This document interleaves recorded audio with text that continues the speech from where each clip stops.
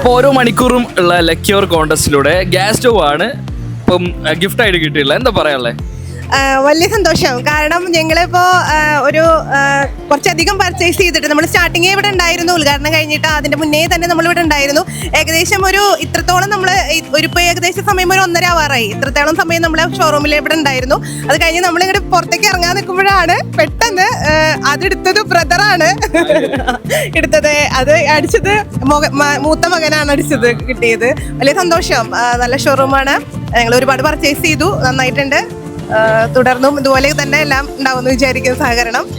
നമ്മുടെ വടക്കാഞ്ചേരി മൈജി ഫ്യൂച്ചർ എങ്ങനെയുണ്ട്? ഉള്ളിൽ കാര്യങ്ങളൊക്കെ സൗകര്യങ്ങളുണ്ട്. അതുപോലെ തന്നെ കസ്റ്റമേഴ്സിന് വേണ്ടതായിട്ടുള്ള എല്ലാ കാര്യങ്ങളും അവർ ചെയ്യുന്നുണ്ട്.